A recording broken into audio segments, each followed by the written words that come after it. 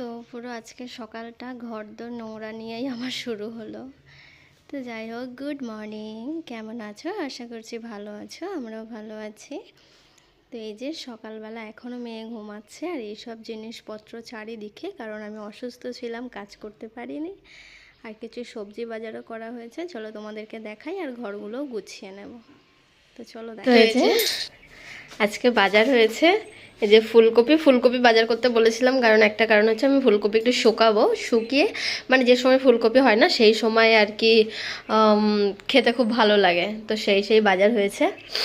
ফুলকপিটা হচ্ছে বাজার করা হয়েছে, এই যে ওলকপি, ছিম, কাঁচা হলুদ, পেঁয়াজ কালি, তারপরে হচ্ছে এখানে লাউ শাক, তারপরে এই যে টমেটো কিছুটা আমাদের ছিল, কিছুটা আমাদের বাজার করা হয়েছে, আর কিছুটা মায়ের বাড়ি থেকে এসেছে, মায়ের বাড়ি থেকে দিয়েছে।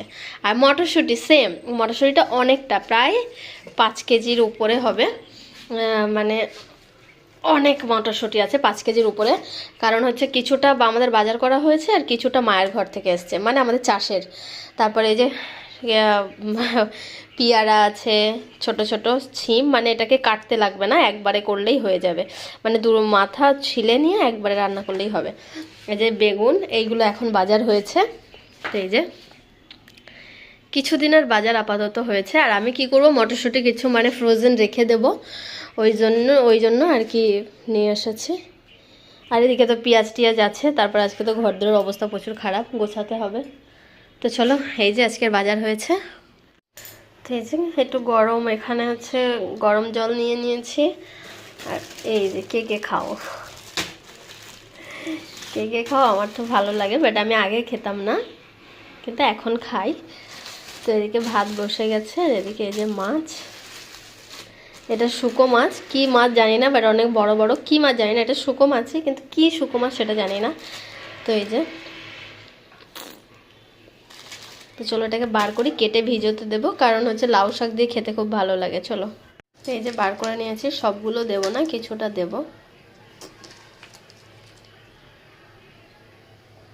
কেটে কুটে নিই।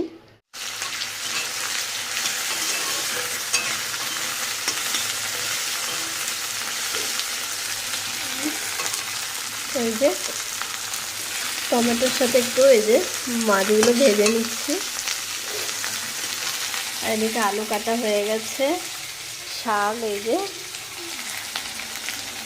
সত্যি অনেক দিন পরে আবার মানে ভিডিও দিচ্ছি, অনেক ভালোই লাগছে, অনেক দিন পরে মানে তোমাদের সাথে আবার দেখা আমার।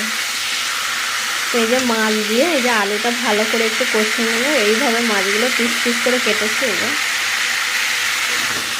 কে কেমন করে রান্না করে শুকো মাছ দিয়ে লাউ শাক জানিও, চলো রান্না করে নিই, অনেক আওয়াজ হচ্ছে। তো অনেক দিন পরে আবার চলে এলাম ক্যামেরার সামনে। তো রান্না বান্না হয়ে গেছে, মাথায় মেয়েকে অয়েল লাগিয়ে দিয়েছি, আর আমি নিজেও লাগিয়েছি। আর নামাজের জন্য এক্ষুনি আজান হবে।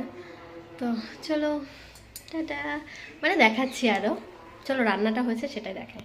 এই যে রান্না করেছি শুকো মাছ দিয়ে লাউ শাক। চলো মেয়েকে স্নান টান করাই। এত বড় বড় কপি কোথায় তুলবো তাই ভাবছি।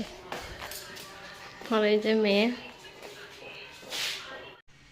তো রান্না বান্না তো হয়ে গেছে, তারপরে হচ্ছে মেয়ের এখন পড়াতে আসবে, এসেই গেছে কাছাকাছি, আমাকে ফোন করেছিল। আপাতত কিছু গোছাতে পেরেছি, সেইগুলো গুছিয়েছি। মেয়ের এক্সাম আছে, তাই জন্য আর কি মেয়েকে আবার একদিন ছুটি করেছিল, সেই পড়ানোটা আর কি পড়িয়ে দিচ্ছে। তো উপরে সে নিচে সে পড়ছে, আমি উপরে কিছু ওর স্কুলের ড্রেস ছিল, আমি একেবারে নিজে গোসল সেরে ওর ড্রেসগুলো ধুয়ে তবেই মেলতে গেছি ওপরে। ব্লগটা আজকে ছোটোই হবে, বেশি বড় নয়। আমি এমনি একটু অসুস্থ থাকি মাঝে মাঝে, আমার পেটে সিস্ট আছে, তো সেই কারণে একটু আমি অসুস্থ থাকি। তো সব কাজ হয়ে গেছে, তো চলো কাজগুলো করি, তারপরে দেখা হচ্ছে।